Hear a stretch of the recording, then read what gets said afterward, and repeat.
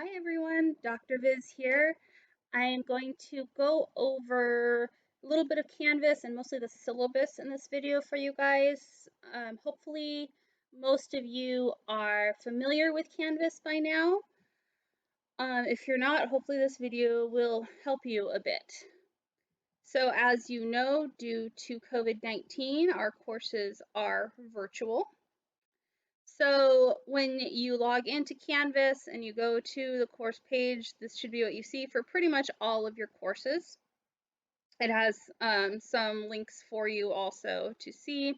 Mind you, my view might be a little bit different because it has some instructor parts to it, but in general, it's about the same. So there is a tab for announcements, but usually they'll also be at the very top here. And the syllabus is over on the far left, or you can also get the link through the home page. So let's go ahead and go through this. Some of it's pretty standard for most classes. The first thing that's different is my contact information, of course, is not going to be the same as your other professors. It gives you my email, my extension for my office, but due to COVID-19, I am not in my office. So if you try to call me on campus, you will not get a call back. My cell phone number is here. This is my Google Voice number. I prefer text. I am a typical millennial in that sense, but if you need to call me, you can. Pretty much any time of day. If you do text me after 10 p.m. and I don't get back to you, it's because I'm asleep, but I tend to be a night owl. But please don't expect me to reply to either text or email after 10 p.m. I do my best, but sometimes I sleep. I do office hours by appointment, but I am also doing weekly Zoom open office hours every Wednesday at 2 p.m. So this is open to both my Chem 2A and my Chem 2B class. You can just pop in. I will edit this with the Zoom link for it probably later today, but it'll be up by the time you watch this video on Monday. And you can just go join the Zoom. It'll be the same Zoom every Wednesday, same link. So you can come in if you have questions on the homework, on lecture, or if you just want to hang out. It's completely fine. In general, I'll be there from 2 to 3 unless people need me there longer. I will stay as long as I have students. So class meetings, this class is online. So there are no physical meeting dates. No proctored exams as well. You'll take your exams at home through Canvas. The textbook is a zero-cost textbook. It is online through OpenStax and is the OpenStax Chemistry 2nd edition. You can get the link right here. It is completely free to read online. It has student resources for you as well, even has some solutions guides, getting started, a bunch of different things to help you out. You've got your table of contents, view online. There's an app for it. There's even a PDF that you can download if you want to just have a PDF of the text on your computer. You can order a print copy. It depends on where you order it from. So if you want to order it through Amazon, I have my own copy, as you can see here. It's $55 for a hardcover copy. Some people prefer to have the book in front of them. Totally fine. It is up to you, but you do not have to order a hard copy of the book. It is completely free online. OpenStax actually lets you highlight and stuff online as well. So course description, this is the 2nd semester of general chemistry. So everybody in here has already taken and passed Chem 2A. You either took it with me last semester or Dr. Nalbandian last year. So if you took it last year, I hope you're able to recall everything. If you need help catching up or remembering things, it's okay. Just ask me and I will be there to help. So we're going to be going through thermodynamics, chemical equilibrium, chemical kinetics, electrochemistries, chemical applications. We have a lot of course objectives. I'm not going to go through them all. You are more than welcome to read them if you want. So every week there will be some lecture, online lab. There'll be a couple weeks where you don't have labs. Homework, quizzes, 3 midterms, and a final exam. And then we have our student learning outcomes here as well. The course content breaks down the topics we're going to go over and subtopics and about how many weeks we're going to use to go over them. All right, the grading table. This is probably what you all really came to hear about. So for your homework, there's 10 chapters, so I do chapter assignments. Right now it's listed as Chem Vantage, which is probably what I'm going to keep using once we get a couple hiccups figured out. I am looking at a couple different software options, Chem Vantage versus one that's called blending.space, though I'm leaning more towards Chem Vantage at the moment. No matter what, though, there will be 10 assignments, so one per chapter, each one worth 5 points. So I didn't want the homework to be worth a ton of points.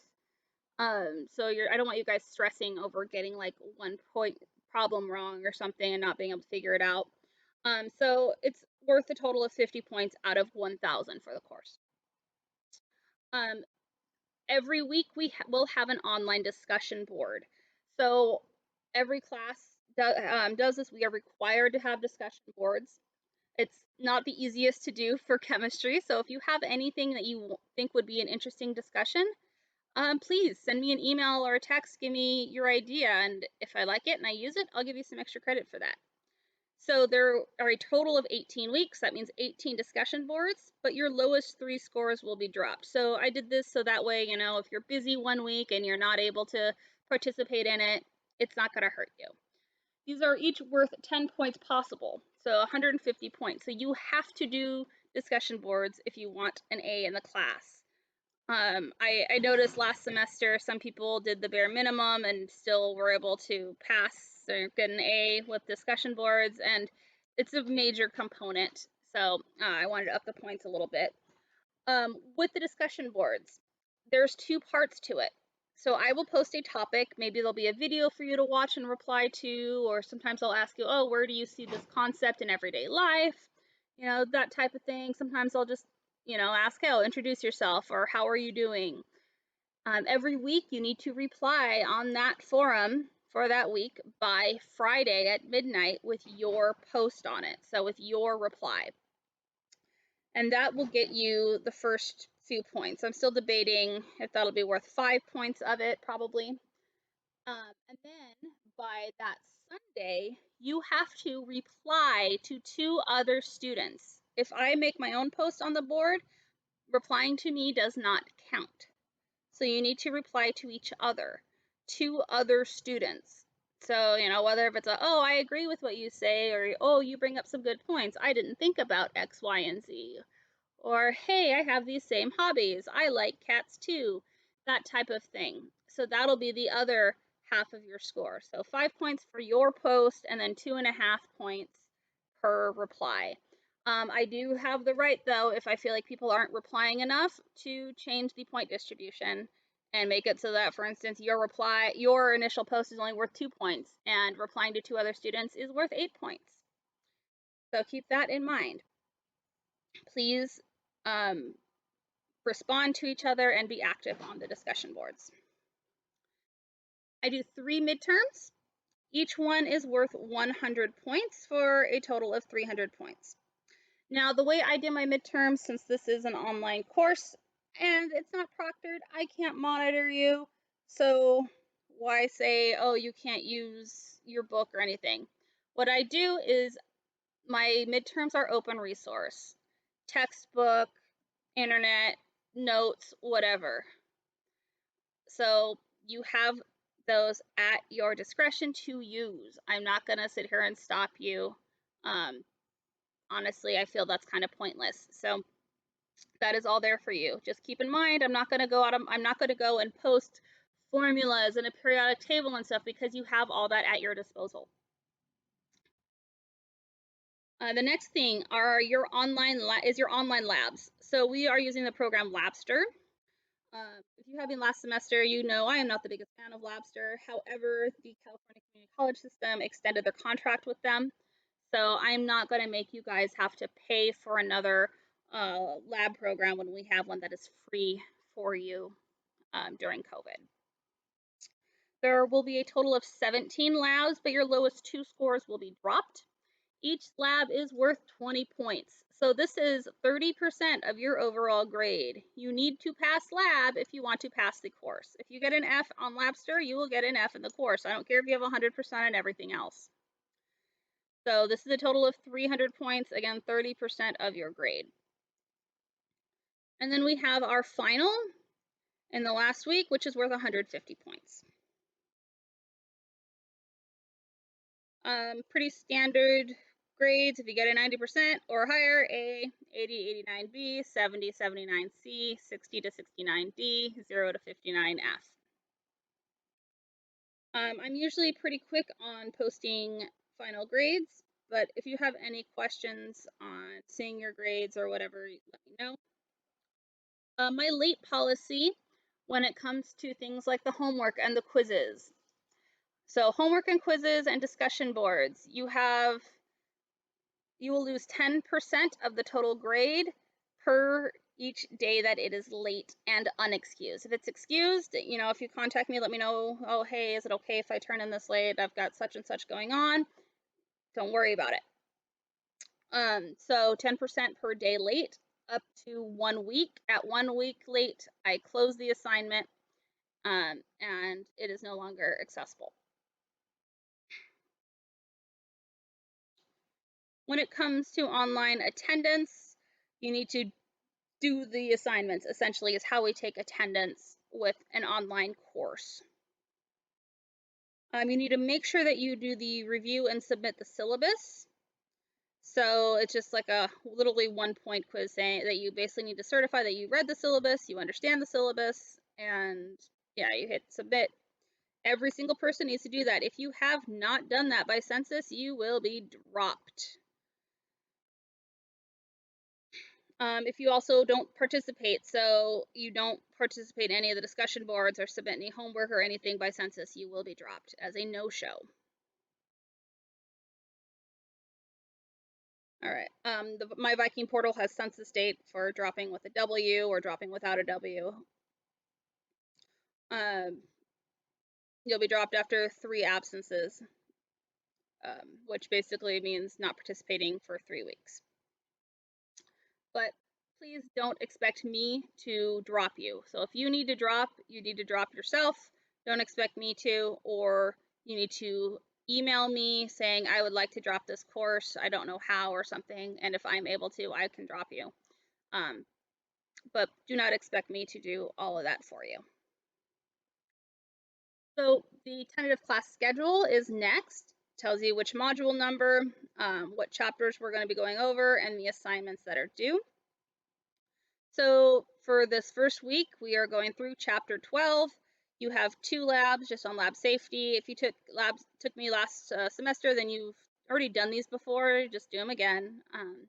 And then you have your chapter homework and your chapter quiz. These will be due by Sunday. Or sorry, not this Sunday, but the following Sunday. So I probably need to edit this and move them down, but nonetheless. Oh no, it is this Sunday. If you have questions on the homework, by the way, get them to me generally by Friday of each week, since your homeworks are due on Sunday. So you get your questions to me by Friday, and I will try to make a video going over them. And I will go over your particular questions. I'm not going to go over every single homework question.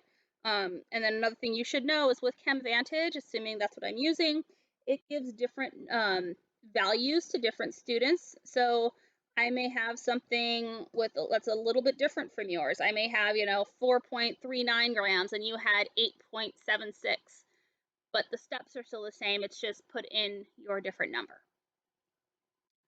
Week 2, we start on chapter 13 and then 15.1. I know that seems weird, but it goes with chapter 13. You've got another lab that's kind of just a basic lab technique lab. And then the second week is the equilibrium lab that goes with chapter 13. So then notice you have then the chapter 13 homework and quiz that next week. So that's because I want to make sure that I've gone through all of the chapter before I assign homework. And most of the chapters for the semester are 2-weekers. I generally try to record all of my lectures for for those 2 weeks ahead of time, and I post all of them for you and give you 2 weeks to go over everything. But sometimes if I have my own time constraints, they might be a little separated, or I might have 3 sections one day, and then in a couple other days the other sections will go up. Some of your labs, for instance, like this HPLC lab, flow injection analysis, they don't necessarily go with a particular chapter in the book. They're just lab techniques that I think is good for you to be familiar with. I wanted to make sure, now that you guys are in your second semester of chemistry, it's a lot more advanced than the first semester of Gen Chem. So I wanted to introduce some other techniques with you, since we can't actually do hands-on labs. I still want you to experience some things. Another example, titration. Okay, so you can see pretty much everything here. Notice we do jump around a little bit. So as you saw with chapter 13, we do the first section of chapter 15, and then chapter 14, and we finish chapter 15. So you have 2 sets of homework in week 5, for instance, chapter 14 and chapter 15. Week 6 is where we have midterm 1, and you do have a lab, and we still have lecture. Midterm 1 is chapters 12 through 15. Okay, so it's basically everything from weeks 1 through 5. Midterm 2 is in week 12, and that's chapters 16, 17, and 21. So after chapter 17, we skip 18, 19, and 20 for the time being and move on to chapter 21. And then we come back to chapter 18 and chapter 19. Notice in week 14, there is no labs and nothing is due, so hopefully that'll be a nice kind of catch up, relaxed week for you. And then we have week 16, midterm 3. I know that feels kind of late in the semester, but trust me, you're not going to want chapter 20 on your midterm. And I figured you wouldn't want to have like back-to-back midterms. So midterm 3 is only chapters 18 and 19. And then our last 3 weeks is going to introduce us to organic chemistry. To prepare those of you that are continuing in your chemistry journey for OChem, and just to kind of give you guys a little overview of what OChem is. Make sure that you have your student email account set up. That's generally how you will get contacted. I tend to send emails through Canvas, so I believe that goes to your student email as well as to your Canvas inbox. Make sure you complete the syllabus quiz before the due date, and that you have all the necessary reading skills and whatnot to take this course. When you email me, please give me your full name so I know who you are. It also helps for you to tell me, either the section that you're from 40558 and or say you're in my Chem 2B course, just so I'm not like searching through Chem 2A trying to find you and it turns out you're in 2B or vice versa. Tell me what it is that in the subject line of your email, what's going on. Is it a comment, question, problem? Give me your name as registered with the school, or at least in the first discussion board, I do ask for your preferred name. So if you have a preferred name, that's perfectly fine to use. You might just need to remind me.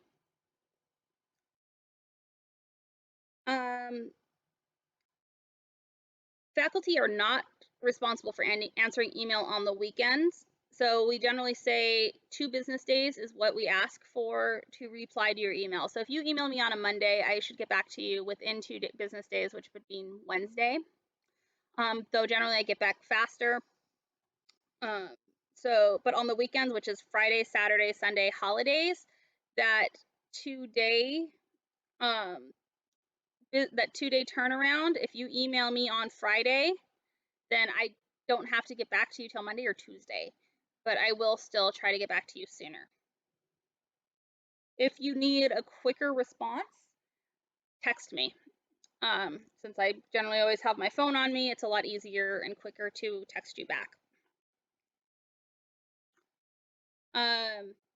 You have 7 days to complete your work. Please give me at least 7 days to grade things. Sometimes it might take me 2 weeks. I try to stay on top of it, but you guys know how it goes. Make sure that you're keeping up with announcements. Sometimes they're videos, sometimes they're written. I try to do video announcements more than written. Students tend to like the personal touch of that. College is not responsible for student computers. All this is the same for all your classes. If you need help from access, please contact them if you need accommodations, so we can make sure that everything is good for you and accessible. Also, please know that Barstow has basic needs support services and resources to help you, and everything is kept confidential as well. Okay, so I think that's just about it. There's also a course summary at the bottom. Keep in mind this will change as I add your homework assignments as time goes on. So please, if you have any other questions on the syllabus, let me know. As you continue to go through the course, when you go to modules, it'll have everything. This is where that review and submit syllabus part is, any other resources, and then you'll see your learning modules 1, 2, etc. And you'll be able to see everything for learning module 1, for instance, is where you'll be starting, and it'll tell you what you have to complete first. So I do my lectures separated by section, so you'll see something that says like 12.1 lecture, 12.2 lecture, so they'll all be individual videos that I post. And they'll all be here, and then you've got your discussion link and your stuff for Labster. You can also use the link on the side to view discussions, quizzes, assignments, grades, all that fun stuff. People as well. One other thing before I forget, as college students at Barstow Community College, you get free access to Office 365, meaning that you get free PowerPoint, Word, Excel, all of that. So you can log in and download it to your computer. You get the free full Office suite. Okay, I think that about does it. I hope you guys are staying safe and doing well. Again, if you have any other questions, feel free to email me, text me, etc. Pop into the office hours, whatever it is that will help you. With that, I'll see you guys soon.